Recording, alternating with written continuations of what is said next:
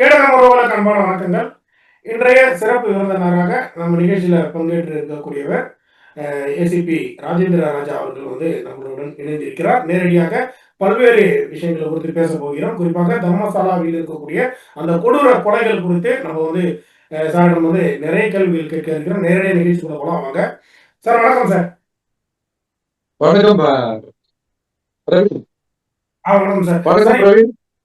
இந்த தர்மசாலா கொடூர கொலைகள் தொடர்ந்து பல பிணங்கள் தோண்டி எடுக்கப்பட்டு வந்து கொண்டே இருக்கிறது. இது குறித்து உங்களுடைய கருத்து என்னவா இருக்கு சார்? தர்மசாலாவை பொறுத்த வரைக்கும் ஒரு ஒரு மிகப்பெரிய, அதாவது அரசியல் அதிகாரம் மற்றும் பணபலம் பொருந்திய ஒரு நிர்வாக எதிர்த்து ஒரு சாமானியன் குரல் எவ்வளவு தூரம் பணியாற்றும் அப்படிங்கிறதுக்கு இது ஒரு சிறந்த எடுத்துக்காட்டு. ஏற்கனவே பாத்தீங்கன்னா 2013 வாக்குல சௌஜன்யா அப்படிங்கிற ஒரு +2 படிச்ச ஒரு பெண்ணுடைய கொலை வழக்கு நாடு முழுவதும் பிரபல்யமா பேசப்பட்டு அந்த வழக்கு உயர் நீதிமன்றத்தினுடைய தலையீடு மற்றும் அரசியல் தலையீடுகள் காரணமாக அந்த சப்ஜெக்டை பத்தி பேசக்கூடாதுன்னு நீதிமன்றங்களே வாய் போட்டு போடுவதும் மற்றும் அந்த நிர்வாகத்தை பத்தி யாருமே பேசக்கூடாது அப்படின்ட்டு அங்க ஹைகோர்ட் எல்லா யூடியூபையும் பேன் பண்ணிருக்குது. சோ ஒரு நிர்வாகம் வீரேந்திர ஹெக்டே அப்படிங்கிறவுடைய ஃபேமிலி, அந்த ஜெயின் ஹெக்டே அப்படிங்கிற ஃபேமிலி, இவங்க ஒரு பலம் வாய்ந்த நிர்வாக குழுவா இருந்துட்டு இருக்காங்க. கிட்டத்தட்ட 8 தலைமுறையா அவங்க. அதனால இப்போ இந்த சாமானியனுடைய குரல், அங்க பணியாற்றிய அந்த நபருடைய குரல் ஒழிக்காது அப்படிங்கிறதுனாலதான் அவர் 10 வருஷமா தலைமறைவு வாழ்க்கை நடத்திட்டு அதன் பிறகு ஓய்வு பெற்ற முன்னாள் நீதிபதி மிஸ்டர் கோபால், ஓய்வு பெற்ற முன்னாள் நீதிபதி திரு கோபால் அவர்களும் மாநில பெண்கள் ஆணையத்துடைய தலைவி, அவங்க 2 பேருமே இதுல நம்ம ஹெல்ப் பண்றோம், வாங்க, இறந்து போன பெண்களுக்கு நீதி கிடைக்க வேண்டும். அது 1 இல்ல 2 இல்ல 3 இல்ல, கிட்டத்தட்ட 100 அப்படின்னு சொல்றாங்க. 100ல இருந்து 400 406 இந்த எண்ணிக்கைகளை பார்க்கும் போதே நெஞ்சமெல்லாம் பாதுகாக்கிறது. இது இந்திய வரலாற்றுல மிக முக்கியமான, இந்திய வரலாற்றில் மிக முக்கியமான ஒரு வழக்காக பார்க்கப்படும். இந்த வழக்கு இப்போது அவர் சொல்றாரு, 100கணக்கான உடல்களை எண்ணெய் வைத்தே புதைக்க சொன்னார்கள். அப்படி புதைக்கலைன்னா எண்ணெயும் கொண்டு விடுவார்கள், அல்லது கொண்டு விடுவதாக மிரட்டினார்கள். அந்த நிர்வாகத்துல பணியாற்றின காரணத்தினால அந்த காரியங்களை நாம செய்ய வேண்டியதா இருந்துச்சு. என் குடும்பத்தை சேர்ந்த ஒரு பெண்ணே அந்த இடத்துல நான் படிப்பு சேர்த்து விட்டு இருந்தேன். அவங்களும் அதே மாதிரி பாலியல் கொடுமைக்கு ஆளாகும் போதுதான் என் குடும்பத்தையும் இவர்கள் விட்டு வைக்க போறதில்லை என்ற காரணத்தினால் நான் அந்த ஊரை விட்டு 10 வருஷம் தலைமறைவாயிட்டேன். இன்னைக்கு என் மனசாட்சி எனக்கு உறுத்துறதுனால, இந்த பிறவில இந்த உண்மையை சொல்லாம போயிட்டா இது பெரிய பாவம் அப்படின்னு நான் கருதுறதுனால, இந்த உண்மை கண்டிப்பா வெளிச்சத்துக்கு வரணும் அப்படின்னு சொல்லிட்டு முன்னாள் உயர் நீதிமன்ற நீதிபதி திரு கோபால் அவருடைய தலைமையில் இந்த டீம் வந்திருக்கு. ஆரம்பத்துல இது ஒரு மனுவா ஒரு கம்ப்ளைண்டா அந்த காவல் நிலையத்துல கொடுக்கப்பட்ட போதும், அந்த நீதிமன்றத்துல போயிட்டு யாரெல்லாம் அவர் அவர் என்ன செஞ்சிருக்காரு, கான்பிடென்சியலா முக்கியமா கவனிக்க வேண்டியது என்னன்னா, இந்த மாதிரியான பல 100கணக்கான உடல்களை புதைத்திருக்கிறார்கள், இதுக்கு யாரெல்லாம் காரணம் என்பதையும் கான்பிடென்சியலா ரிப்போர்ட்டை மாஜிஸ்ட்ரேட் கிட்ட சப்மிட் பண்ணியிருக்காரு. அந்த மாஜிஸ்ட்ரேட் அதை கான்பிடென்சியலா வச்சுட்டு அது சம்பந்தமா சிஎம்க்கு தகவல் சொல்றாங்க. சிஎம் போனதுக்கு அப்புறம் அப்போ ஆரம்பத்துல பாத்தீங்கன்னா ஒரு சப் இன்ஸ்பெக்டருடைய தலைமையில தான் போட்டு விசாரணையை துவக்குறாங்க. அந்த விசாரணை சமூக ஆர்வலர்கள் மற்றும் பெண்ணி அமைப்பாளர்கள் எல்லாம் சேர்ந்து போராட்டத்தை வலுப்பெற செய்ததன் காரணமாக இன்றைய தினம் எஸ்ஐடி போடப்பட்டு ஒரு டைரக்டர் ஜெனரல் போலீஸ் அவருடைய தலைமையில இந்த விசாரணை நடந்து கொண்டிருக்கிறது. காவல்துறைக்கு இது போன்ற வழக்குகள் வரும்போது பெரிய டீம் தேவைப்படும். எந்த டீம் தேவைப்படும்? ஒண்ணு வந்து மோப்ப நாய்கள் தேவைப்படும். 2 சயின்டிபிக் ஆபீசர்ஸ் கூடவே இருக்கணும். அப்புறம் அந்த எலும்பு கூடுகள்லாம் வந்து எக்ஸியூமேஷன் பண்றதுக்கு எக்ஸிக்யூட்டிவ் மாஜிஸ்ட்ரேட்ஸ் இருக்கணும். மாஜிஸ்ட்ரேட்னா ஆர்டிஓ, தாசில்தாரு, ஆர்டிஓ, கலெக்டர். இந்த 3 பேருமே வந்து கூட இருந்து எக்ஸியூமேஷன் அப்படின்னு ஒரு ஆர்டர் போடணும். அந்த எக்ஸியூமேஷன் ஆர்டர் எல்லாம் போட்டு இப்ப வந்து விசாரணைக்கு போனதுக்கு அப்புறம் முதல் குழி, 2வது குழி, 3வது குழி அந்த விசில் ப்ளோயர் அடையாளம் காட்டின இடங்கள்லாம் வந்து சில இடங்கள்ல வந்து ஆத்துல ஏற்கனவே ஆற்றங்கரை ஓரங்கள்னால அழிச்சிட்டு போனதுனால பாடி காணப்படல. ஆனா 6வது குழி போய் பார்க்கிற பொழுது அங்க வந்து கிட்டத்தட்ட 25 எலும்புகள் கிடைச்சிருக்கு. அதுல வந்து ஒரு ஆண் சாடலாம். 6வது குழியில வந்து 25க்கும் மேற்பட்ட எலும்பு கூடுகள் இருக்கு, மண்டை ஓடுகள் இருக்கு, ஒரு ஆணினுடைய எலும்பு கூடு கண்டறியப்பட்டிருக்கிறது. அது எல்லாத்தையுமே வந்து அப்பப்ப எடுத்து அவங்க என்ன செய்யறாங்கன்னா, உடனே இது எத்தனை ஆண்டுகள் ஃபோரன்சிக் லேபரட்டரியும் டிஎன்ஏ டெஸ்ட், இது வந்து மனித எலும்பு கூடு தானா, இல்லைன்னா வந்து ஆடு மாடு பதிச்சோம், மிருகங்களை பதிச்சோம் அப்படின்லாம் வந்து சொல்லிடுவாங்க. இதுல ஒரு பெரிய கான்ட்ரவர்சி என்ன இருக்குது அப்படின்னா, இவங்களுக்கு வந்து இந்த எலும்பு கூடுகள் எல்லாம் வந்து ஏற்கனவே இந்த கோயில்ல தான் வயதாகி விட்டது அல்லது ஏற்கனவே வந்து நோய்வாய்ப்பட்டிருக்கிறேன், நம்ம இறந்து போனா வந்து மஞ்சுநாதா கோயில்ல போய் அங்கேயே இருந்து உயிரை மாய்த்து கொண்டா நம்ம மோட்சத்துக்கு போயிடலாம் அப்படின்னு நினைச்சு இங்கேயே வந்து அனாதையா இறந்து போகிறவர்களும் இருக்கிறார்கள் அப்படின்னு ஒரு கதையை வந்து அந்த நிர்வாகம் சொல்லி இருக்கிறது. இது எதுக்குன்னா, இந்த இறந்து போன உடல்களை வந்து விட்டால் அதை வந்து நிறுத்து போக செய்வதற்காக அவங்க அந்த ஏற்பாடு செய்திருக்கிறார்கள் என்று தோன்றுகிறது. அப்படியும் சில உடல்கள் பதித்திருப்பதாகவும் தெரியுது. ஆனா இந்த விசில் ப்ளோயர் அடையாளம் காட்டின இடம், இடத்துல தான் இப்ப வந்து இந்த எலும்பு கூடு கிடைச்சிருக்கு. அதன் பிறகு பாத்தீங்கன்னா அடுத்தடுத்து போல மொத்தம் வந்து அவர் வந்து 15 ஸ்பாட் அடையாளம் காட்டியிருக்காரு. அந்த 15 ஸ்பாட்ல வந்து 6வது இடத்துக்கு போனதுக்கு அப்புறமே வந்து அந்த எலும்பு கூடுகள் கிடைக்க ஆரம்பிச்சிருச்சு. இன்றைய தினம் வந்து கிடைக்காம போயிடுமோ, எவிடன்ஸ் இல்லாம போயிடுமோ, ஒருவேளை இந்த விசில் ப்ளோயர் வந்து ஏதோ கற்பனையா சொல்லியிருப்பாரோ, உண்மைக்கு மாறா சொல்லியிருப்பாரோ, இவர் இந்த நிர்வாகம் வந்து இது பொய்யாய் போனால் இந்த நிர்வாகம் வந்து இவர் என்ன செய்யுமோ என்றெல்லாம் வந்து பல்வேறு உளவியல் கேள்விகளால் மக்களுடைய மனசு துளைக்கப்பட்டுக் கொண்டிருந்தது. இன்றைய தினம் நமக்கு என்ன கிடைச்சிருக்கு அப்படின்னா, இந்த எலும்பு கூடுகள் வந்து அவர் அடையாளம் காட்டின இடங்கள்ல இருந்து எடுக்கப்பட்டிருக்கிறது. இது வந்து ஒரு மிகப்பெரிய திருப்பமாக இருப்பினும் அந்த வீரேந்திர ஹெக்டே மற்றும் அந்த கோயில் நிர்வாகத்தை பற்றி யாரும் ஊடகங்களிலே பேசக்கூடாது என்று சொல்வதனால வந்து கர்நாடகாவிலிருந்து இந்த செய்திகள் வந்து வெளியில வரல. வேறு பல மாநிலங்கள்ல இருந்து வந்த ஊடகவியலாளர்கள் இந்த செய்திகளை எல்லாம் நமக்கு வந்து தெரிவிக்கிறாங்க. இதுல இந்த 15 இடத்துக்கு முன்னாடி 13வது இடத்துக்கு மறுபடியும் அடையாளம் காட்டி போனா அங்க வந்து நூற்றுக்கணக்கான எலும்பு கூடுகள் மீண்டும் வந்து கிடைத்திருக்கிறது. தோன்ற பிண குவியல்களுடைய, அதாவது இதுவரைக்கும் நாங்க காவல்துறையில 27 ஆண்டுகள் 40 பாடி ஒரே இடத்துல ஒரு பஸ் எரிஞ்ச போது, ஜே பஸ் வந்து இங்க இருந்து திருப்பதிக்கு போற பஸ் வந்து ஸ்ரீபெரும்புதூர் பக்கத்துல எரிஞ்சு போன போது 40ல இருந்து 50 உடல்களை நாங்க போஸ்ட்மார்ட்டம் பண்ணியிருக்கோம். ராஜீவ்காந்தி இறந்த போது வந்து 16 உடல்களை வந்து நாங்க தூக்கிட்டு போய் ஹாஸ்பிட்டல் சேர்த்திருக்கோம். சுனாமி வந்த போது கூட வந்து 36 உடம்பு தான் வந்து நான் என்னுடைய கண்ட்ரோல்ல மெட்ராஸ் ஜிஹெச்ல சுனாமி வந்த போது சென்னை கடற்கரையில் எத்தனை பேர் இறந்தார்களோ அவங்களை தூக்கிட்டு வந்து போடும்போது 36ல இருந்து 39 பாடி பார்த்திருக்கோம். ஆனால் இது வந்து கணக்கில் அடங்காத கிட்டத்தட்ட 406 சொல்றாங்க.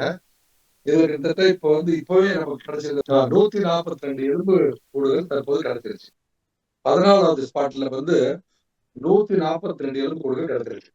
142 வந்து இந்தியாவோட ரிப்போர்ட், அதாவது உலக போர் வரும்போது அல்லது பாகிஸ்தான் போர் வரும்போது அல்லது ஐபிஏ போர் வந்து ஈழ போர் வரும்போது கிடைச்ச மாதிரியான ஒரு பேராபத்து.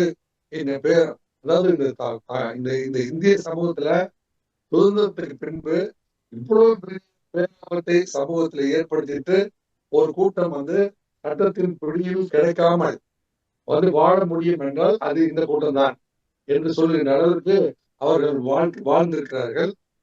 அந்த அவங்க நிர்வாகம் நடத்துற இடத்துல பள்ளியில கல்லூரியில படித்து பட்டம் பெற்றவர்களே வந்து வழக்குரைஞராகவும் நீதிபதிகளாகவும் வந்து இந்த நிறுவனத்துக்கே வந்து சாதகமாக செயல்படுகிறார் என்றும், இதற்கு முன்பு இந்த 15 கிலோமீட்டர் சுற்றளவுல இருக்கிற எல்லா நிலங்களையும் அவரே வாங்கிட்டதுனால இந்த காவல் நிலையம் அமைந்திருப்பது, காவல் நிலைய குடியிருப்புகள் அமைந்திருப்பது, மருத்துவமனை அமைந்திருப்பது அத்தனையுமே வந்து அவங்க நிர்வாகத்தினுடைய கண்ட்ரோல் இருக்கிறதுனால அவர்களுக்கு எதிராக சாட்சிகளை வந்து கட்டமைப்பது எவ்வளவு பெரிய ஒரு இமாலய பணியாக இருந்து வரும். காவல்துறைக்கு ஒரு பெரிய சவாலா இருக்குது. எஸ்ஐடி அப்படிங்கிற அமைப்பு விசாரித்து கொண்டிருந்தாலும் இதுக்கு வந்து இன்னும் வந்து பெரிய லெவல்ல team of doctors, team of scientific officers இதெல்லாம் போட்டு இந்த கொலை வழக்கவே வந்து ஒரு வழக்கா விசாரிக்காம வந்து பல்வேறு வழக்குகளை விசாரித்து எத்தனை பேர் வந்து இது வரைக்கும் வந்து கம்ப்ளைண்ட் கொடுக்கறதுக்கு முன் வந்துட்டு வந்து கொடுக்க முடியாம போயிருக்காங்க. அவங்க எல்லாத்தையும் வந்து வர வச்சு கம்ப்ளைண்ட் எல்லாம் வாங்கிட்டு அத்தனை கம்ப்ளைண்ட்டையும் வந்து ப்ராப்பரா ரெஜிஸ்டர் பண்ணி மீண்டும் வந்து இந்த வழக்குகளை துவக்க வேண்டியிருக்குது. நீங்க வந்து கல்கத்தாவில வந்து சுஜாதா பட் அப்படிங்கிற ஒரு லேடி, அவங்க மகள் வந்து அனன்யா பட் அப்படிங்கிற வந்து தர்மசாலாவுக்கு வந்துட்டு தான் போயிடுறாங்க. என் மகள் எம்பிபிஎஸ் படித்துக் கொண்டிருந்த என்னுடைய மகள் தர்மசாலாவுக்கு வந்துட்டு அவர் திரும்பி வரல அப்படின்னு தகவல். ஒரு கம்ப்ளைண்ட் கொடுக்கறதுக்கு அவர் விசாரிக்கிறதுக்கு அவங்க வர்றாங்க. அவங்க கம்ப்ளைண்ட் கொடுக்க வந்தவங்களவே அவங்கள வந்து கடுமையா தாக்கி அவங்க வந்து அன்கான்சியஸா ஹாஸ்பிட்டல்ல தங்கி இருந்துட்டு உயிர் பிழைத்தால் போதும் என்று ஓடி போயிருந்திருக்கார்கள். அவர்களும் இப்போது வந்து இந்த போராட்டத்திலே குதித்திருக்கிறார்கள். இங்க வந்து இதுக்கு முன்னாடி வந்து பாத்தீங்கன்னா சௌஜன்யா அப்படிங்கிற ஒரு வழக்கு 2013 சௌஜன்யாவுடைய வழக்கு. அது வந்து ஒரு +2 மாணவியை வந்து பாலியல் பலாத்காரம் செய்து கொலை செய்து புதைத்திருக்கிறார்கள் என்பது சம்பந்தமான வழக்கு. அதுக்கு பின்னாடி பாத்தீங்கன்னா இந்த விசில் புளோயர் சொன்னபடி பெட்ரோல் பங்க்கு பின்னாடியே வந்து ஒரு பள்ளி மாணவியை புதைத்தோம். அது வந்து அந்த பள்ளி மாணவியை உடலை புதைக்கிற பொழுது பாத்தீங்கன்னா அந்த யூனிஃபார்ம் போட்டிருந்தாங்க, புத்தக பையோட புதைச்சோம். இதெல்லாம் வந்து சமூகத்துல வந்து கேட்பதற்கே வந்து பேச வாய் கூசுகிறது, கேட்க காது மறுக்கிறது என்று சொல்லக்கூடிய அளவுக்கு கடுமையான நிகழ்வுகள் நடந்திருக்கிறதா நம்ம கருதுறோம். இப்பேற்பட்ட மனித மனங்கள் எல்லாம் வந்து வேதனைக்குள்ளாக்குகிற அல்லது மனித மனங்கள் அத்தனையுமே வந்து துன்புறுத்துகிற, ஒரு பயமுறுத்துகிற, அச்சமூட்டுகிற ஒரு நிகழ்வை வந்து ஒரு கூட்டம் நடத்தி முடித்திருக்கிறது என்று சொன்னால், அதை வந்து அரசியல் அதிகாரம் வந்து இவ்வளவு தூரம் வந்து அவங்கள வந்து பிடிக்க முடியாமல் இருந்திருக்கிறது என்று சொன்னால், அது கேட்பதற்கு ஒரு பெரிய பேரதிர்ச்சியாக இருக்கிறது. வீரேந்திர ஹெக்டோருடைய தம்பி ஹர்ஷேந்திர ஜெயின் அப்படின்னு ஒருத்தருக்காரு. வீரேந்திர ஹெக்டோருடைய தம்பி ஹர்ஷேந்திர ஜெயின், அவருடைய மகன் வந்து நிசேல் ஜெயின். அவருக்கு வந்து 1, 2, 3, 4 மகன்கள் இருக்காங்க.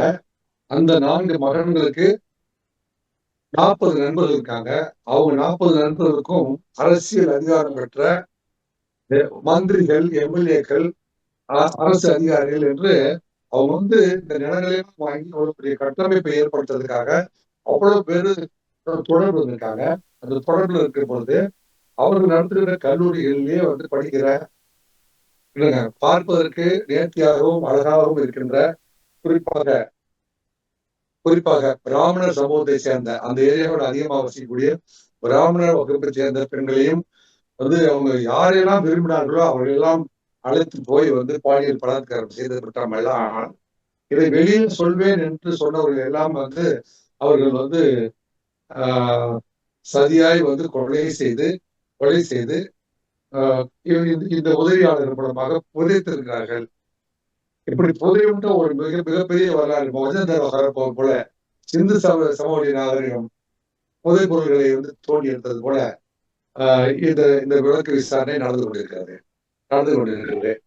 இது முறையாக கண்டிப்பாக இனிமேல் இது வந்து நீதி பார்வையிலிருந்து கண்டிப்பாக இதை யாராலையும் இனிமேல் மறைக்க முடியாது என்கின்ற கட்டத்தை ஏற்படுத்தி விட்டது. இந்த தினம் நம்ம என்ன இதில் குறிப்பிட விரும்புகிறோம் என்று சொன்னால், இது இவ்வளவு பெரிய குற்றத்தை இவ்வளவு நாட்கள், அதாவது சில பேர் சிலரை சிலரால் ஏமாற்றலாம், பலரை பலரால் ஏமாற்றலாம். எப்போதும் எல்லோரையும் ஏமாற்றி விட முடியாது. அது எல்லா எல்லா அநீதிகளுக்கும் ஒரு முடிவு உண்டு அப்படிங்கிறதுக்கு இந்த வழக்கு ஒரு மிகப்பெரிய முன்னுதாரணமாக வளர்ச்சி அடைந்து கொண்டிருக்கிறது என்பதை பார்க்கிற பொழுது, சமூக ஆர்வலர்கள் என்கின்ற முறையிலும், முன்னாள் காவல்துறை அதிகாரி என்கின்ற முறையிலும், தற்போது ஊடகத்துறையிலே பல்வேறு கருத்துக்களை, சமூகத்திற்கு உண்மையான கருத்துக்களை எடுத்து சொல்லிக் கொண்டிருக்கிற ஒரு முன்னாள் காவல்துறை அதிகாரி என்கின்ற முறையிலும், இந்த வழக்கினுடைய இந்த வழக்கினுடைய விசாரணை மேன்மையடைந்து வருகிறது என்பதை பார்க்கிற பொழுது ஒரு மனமகிழ்வு, மன நிறைவு ஏற்படுகிறது. இந்த வழக்கு கண்டிப்பாக இந்த வழக்கு அவர் உண்மையான எதிரிகள் என்னன்னா, இப்ப மக்கள் என்ன சொன்னாங்க, எந்த எதிரிகளின் பேரும் இதுவரை குறிப்பிடவில்லையா என்று மக்களின் மனதை அலைபாய்வதை நம்மால் ஞான கண்களோடு கேட்க முடிகிறது. அதற்கு என்ன பதில்னா, யாரெல்லாம் இதுல குற்றவாளி என்பதை கான்பிடென்சியல் ரிப்போர்ட்ல எழுதி அதை ஏற்கனவே ஜட்ஜஸ் கையில கொடுத்தாச்சு. இந்த பிணங்கள் இது உண்மைத்தன்மை அறிவதற்காகத்தான் இந்த விசாரணை நடக்குது. உண்மைத்தன்மை முடிந்த பிறகு அந்த லிஸ்ட் ஆஃப் அக்யூஸ்ட் அவங்களுடைய பெயர்லாம் வரும். அந்த எதிரிகள் கண்டிப்பாக கைது செய்யப்படுவார்கள். அந்த எதிரிகள் இவருடைய அறிவு கட்டியவரை இவர் ஒரு லிஸ்ட் கொடுத்திருக்காரு. அதுக்கு அவங்களை தாண்டி எத்தனை பேர் குற்றவாளிகளா இருந்தார்களோ அத்தனை பெயருடைய அத்தனை நபருடைய பெயரும் தோல்வித்து காட்டப்படும் என்று நான் நம்புகிறேன். இப்போ நீங்க ஆரம்பிக்கும் போதே சொல்லியிருந்தீங்க, சாமானியனுக்கும் ஒரு பெரிய பலம் படைத்தவர்களுக்கும் உண்டான ஒரு பெரிய போராக இது நீங்க சொல்லியிருந்தீங்க. இதுல இந்த வழக்கு விசாரித்த சிறப்பு புலனாய்வு தலைமை அதிகாரி பிரணாப் முகர்ஜி என்பவர் இடமாற்றம் செய்யப்பட இருக்கிறாரு. அந்த தகவல்கள் இப்போ வெளியாகி கொண்டிருக்கு. அப்படி இருக்கக்கூடிய சூழ்நிலையில இந்த விவகாரத்தை பொறுத்தவரை, இந்த வழக்கை பொறுத்தவரையில நீதி என்பது கிடைக்குமா என்பது ஒரு பெரிய சந்தேகமான ஒரு நிலைமைக்கு தள்ளப்பட்டிருக்கிறதாக இப்போ ஒரு விமர்சனம் இருக்கு. அதை எப்படி பாக்குறீங்க சார்? அதாவது இப்போது இருக்கிற அரசு அதிகாரத்தை வைத்து ஒரு அதிகாரியை மாற்றம் செய்து விட முடியும்.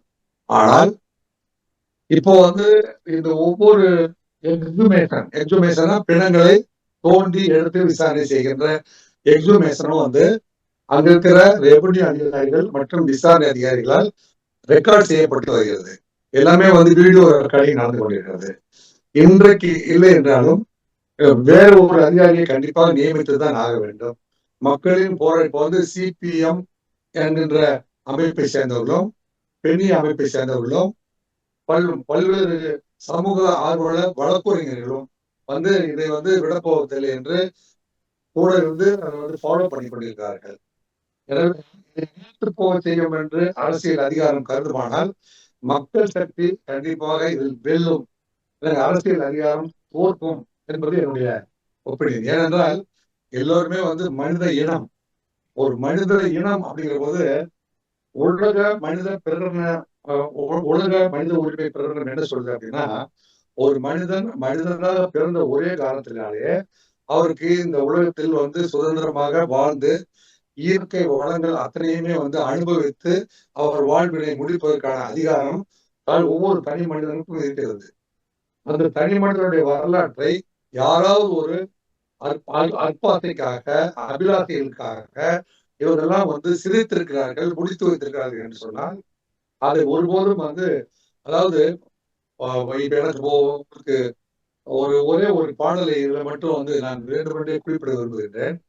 1000 கைகள் மறைத்து நின்றாலும் ஆதவன் மறைவதில்லை, ஆணைகளிட்டு யார் தடுத்தாலும் அலைகடல் ஓய்வதில்லை அப்படின்னு ஒரு பாடல் வரிகள் இருக்குது. எனவே 1000 கைகள் மறைத்து நின்றால் ஒரு இப்ப நீங்க சொன்னீங்களா, அவரு எஸ்ஐடியுடைய தலைவர், அவரை மட்டும் டிரான்ஸ்பர் பண்ணிட்டா இந்த வழக்கை நீர்த்து போக செய்யலாம் என்று யாராவது கருதினால் அது அவருடைய அறியாமை என்றே நான் கருதுகிறேன். இதை தாண்டி இப்ப அங்க நூற்றுக்கணக்கான பிணங்கள் தேடக்கூடிய பணியில இப்ப ஈடுபட்டு கொண்டிருக்காங்க. இதற்கு சிறப்பு அந்த நிலத்தை ஊடுருவக்கூடிய சிறப்பு ரேடார் கருவி பயன்படுத்த போறதாக தகவல்கள் வெளியே இருக்கு.